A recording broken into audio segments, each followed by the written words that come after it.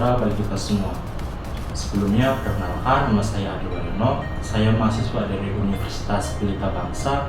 Saat ini saya akan mempresentasikan video tentang sumber daya manusia di PT KAYABA Indonesia. Untuk memenuhi tugas UAS mata kuliah Manajemen Sumber Daya Manusia.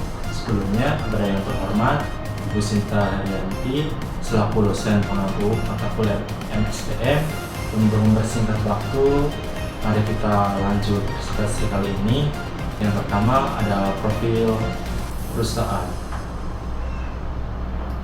Saya mengambil dari kerjaan sebelumnya, yaitu di PT KAYABA Indonesia. PT KAYABA Indonesia merupakan anak perusahaan Astra Autopart yang di bidang manufaktur otomatik yang memproduksi sofa sobek atau sobeker untuk roda 2 maupun roda 4. PT KAYABA sendiri terletak di Cikarang Barat, letaknya di kawasan MM 2100. Ada beberapa vendor di PT KAYABA Indonesia. Yang pertama ada Toyota, ada Suzuki, ada Mitsubishi, ada Yamaha, dan ada Honda juga. Selanjutnya ada perencanaan sumber daya manusia di PT KAYABA Indonesia. Di PT KAYABA Indonesia sendiri mempunyai 5 aspek sumber daya manusia. Pertama ada analisis kebutuhan, yang kedua ada forecasting, yang ketiga ada penyusunan rencana SDM, yang keempat ada implementasi rencana SDM, dan yang terakhir ada evaluasi dan revisi. Untuk analisis kebutuhan sendiri, yaitu melakukan analisis pekerjaan untuk menentukan jumlah jenis keahlian yang dibutuhkan. Selain itu, untuk meninjau tujuan perusahaan untuk memahami kebutuhan jangka panjang. Selain itu ada forecasting. Forecasting yaitu memprediksi kebutuhan tenaga kerja di masa depan berdasarkan tren industri, pertumbuhan perusahaan, dan teknologi baru.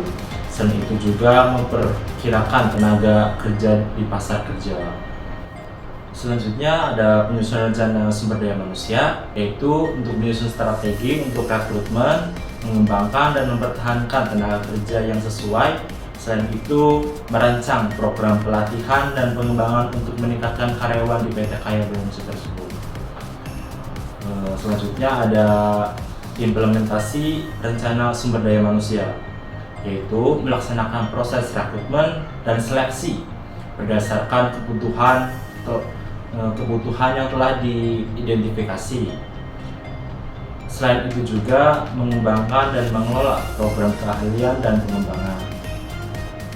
Yang terakhir ada evaluasi dan revisi, yaitu melakukan evaluasi rutin terhadap efektivitas rencana sumber daya manusia dan juga menyesuaikan rencana berdasarkan perubahan kebutuhan dan kondisi pasar.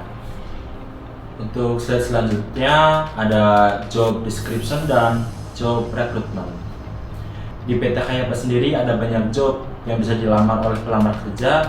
Salah satunya ada production operation atau operator produksi, ada quality control inspector atau QC inspector, ada maintenance technician atau teknisi pemeliharaan, dan human resource staff atau staff sumber daya manusia sendiri.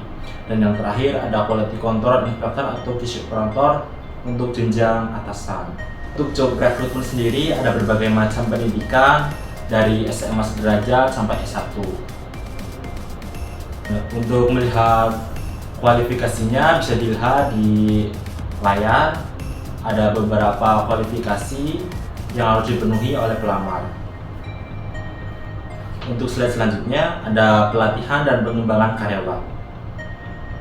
Perencanaan dan implementasi manajemen training center yang bertujuan untuk mengelola program pelatihan secara efektif dan efisien. Selain itu, PT KAYABA juga memberikan kesempatan kepada karyawan untuk mengikuti pelatihan dan seminar guna meningkatkan kemampuan profesional. Salah satu contohnya ada pelatihan teknis, misalnya penggunaan perangkat lunak atau peralatan.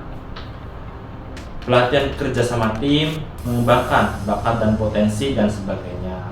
Selanjutnya ada pengukuran kinerja karyawan. Untuk PT Kayaba Indonesia sendiri, pengukuran kinerja karyawan melibatkan evaluasi. Yang pertama ada kompetensi, yang kedua ada disiplin kerja, yang ketiga ada tingkat keterlibatan karyawan. Nah, semuanya berkontribusi pada peningkatan kinerja secara keseluruhan. Untuk kompetensi sendiri, sama kayak tadi yang saya jelaskan sebelumnya, ada pelatihan teknis, misalnya penggunaan peralatan lunak atau peralatan, pelatihan kerjasama, mengembangkan bakat dan potensi, dan sebagainya.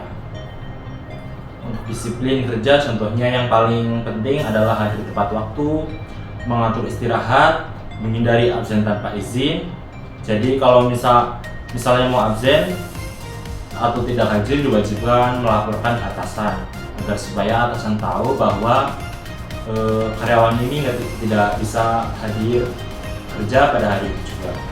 Terus mengikuti peraturan dan kebijakan perusahaan dan sebagainya.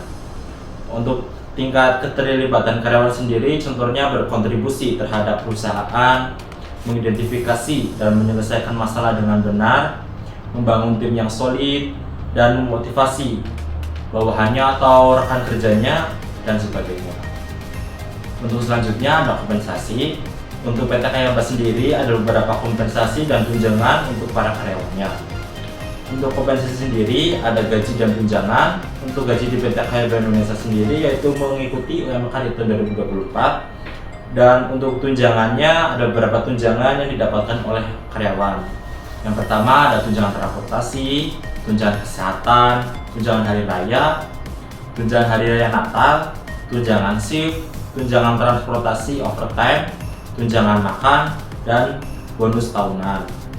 Dan yang terakhir ada kompensasi setelah masa kontrak habis buat karyawan kontrak.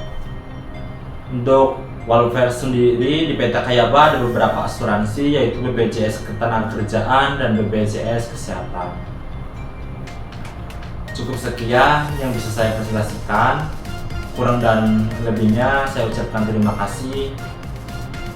Saya Adi Waryono ucapkan undur diri.